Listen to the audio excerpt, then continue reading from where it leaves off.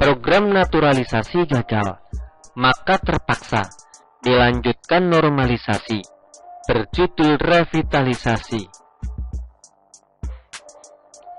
Pilihan program pengendalian banjir Jakarta menurut Anies Baswedan idealnya adalah menggunakan pendekatan naturalisasi. Lalu bagaimanakah realisasi program tersebut? Lalu Pemprov membuat sebuah program kecil sebagai terjemahan naturalisasi yang diberi judul 942 atau 9 folder atau ruang limpah, 4 danau atau waduk, dan 2 revitalisasi sungai. Faktanya di Jakarta tidak hanya 2 sungai yang membelah kota, melainkan 13 sungai. Salah satu sungai yang menjadi pemegang andil besar setiap terjadi banjir di sejumlah kawasan adalah Kali Krukut. Ketika sungai ini meluap, maka airnya akan membanjiri kawasan Kemang, Tendean, hingga Sudirman atau Bendungan Hilir. Obsesi Pemprov ketika sungai Krukut meluap, agar tidak membanjiri kawasan tersebut, airnya dilimpahkan di Waduk Brigif yang diresmikan oleh Anies Baswedan pada bulan Oktober lalu. Sayangnya, pekerjaan fisik limpahan banjir itu diresmikan sebelum waktunya. Tahukah maksudnya? Boleh jadi sang fenomenal ingin namanya tercatat sebagai penggagas penanggulangan banjir Jakarta dengan cara membubuhkan tanda tangan di prasasti peresmian. Adapun urusan pekerjaan fisik, biarlah pejabat gubernur yang mengurusnya. Demikian Ferguson.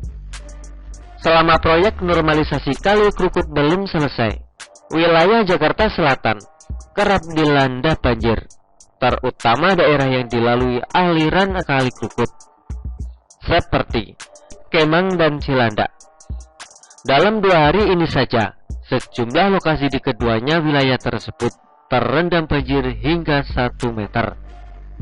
Banjir tersebut disebabkan meluapnya Kali Krukut akibat tingginya intensitas hujan dan adanya kiriman air dari kawasan hulu sungai.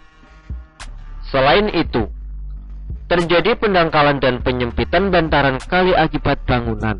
Sungai sepanjang kurang dari 40 km ini mengalir dari situ Citayam, Bogor, Depok, Jagakarsa, Cilandak, Pasar Minggu, Kemang, Mampang Perapatan, Gatot Subroto, Setiabudi, Tanah Abang, Pecinan Glodok. Kemudian bercabang di bawah jembatan Toko 3 Pancoran, melewati pertokoan Gloria, sampai di bawah jembatan Harko, hingga berakhir di banjir Kanal Barat, atau menyatu dengan Kali Ciliwung. Kali Krukut tempo dulu airnya bersih. Kali Krukut pun menjadi tujuan wisata pada 1970. Kali Krukut masih lebar, sekitar 25 meter dan dalam, sehingga kalau mau menyeberang, orang harus berenang. Tahun 2017, di beberapa titik Kali Krukut mengalami rusak parah, bahkan lebarnya ada yang tinggal hanya 1,5 meter. Pada tanggal 4 Agustus tahun 2021, Gubernur DKI Jakarta Anies Baswedan meminta jajarannya segera menormalisasi kali di ibu kota. Perintah tersebut tertuang dalam Instruksi Gubernur atau Ingup tahun 2021 tentang penyelesaian isu prioritas daerah tahun 2021 sampai 2022. Pertanyaannya, kenapa baru tahun 2021 Gubernur kepikiran melakukan revitalisasi Kali Krukut? Tentu saja karena program-program andalan yang diberi judul drainase vertikal terbukti gagal total, sementara masa jabatannya tinggal menghitung hari.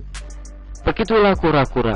Artikel ini diambil oleh siwo.com dan ditulis oleh Rusgandi Anggawirya. Bagaimana menurut Anda?